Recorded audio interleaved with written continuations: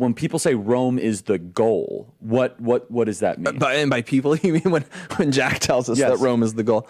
Well, so it is, obviously men do love the idea of building Is this like the Bronze Age thing? a little bit like that. We love to build things that endure. And, we love to imagine, like, what would the United States, we feel like the United States is in decline, and the Roman Empire declined and fell, but it lasted a very long time. That's the amazing thing about it. 470 something years, right? It had a run of 500, 600 years where it was the most powerful, important thing. People, by the end of it, they couldn't imagine a world without Rome. Like it had never existed. No one could imagine a history of what it was like before Rome was a thing.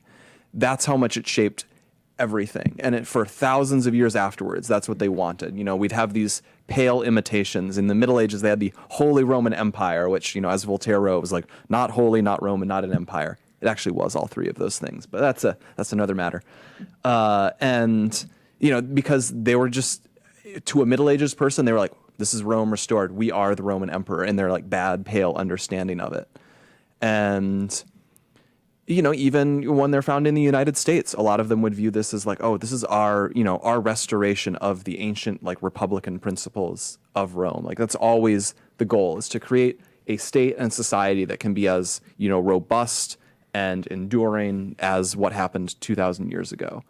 And it's all really cool. Like they fight all these wars, and there's all these inspirational like moral fables that you get from Rome, which we mostly get because all of their history gets burned up, and we have like one book left, and it's like Roman propaganda and meditation. Exactly, and some stuff like that. But like they fight this war against Hannibal, and there's a battle where the Romans lose, the Battle of Cannae, where 60,000 Romans die in one day, which would be like, imagine if we fought a war with Britain or Germany. And 2 million U.S. troops get killed in one day with the president and a third of Congress in like North Carolina, and he's like marching on Washington, and like that is what happens to Rome. And like they don't make peace, and according to the histories, they don't even think about making peace. Like it doesn't even enter their mind, and they just tank, right in the face. Like they're a boxer who does nothing get punched in the face, and they keep going. And that just is the sort of thing that, if you're a man, you're like, wow, those guys are awesome. Not to mention the architectural achievements, aqueducts, roads, architecture, the dome, right? The arch and the dome also the invented. Pantheon. Right? Everyone wants to imitate this. So there's it is the standard still of architecture. Like the worldwide. famous thing is the Duomo in Florence, Brunelleschi's dome. It was the first dome they made in 1,500 years that was bigger than the dome of the Pantheon.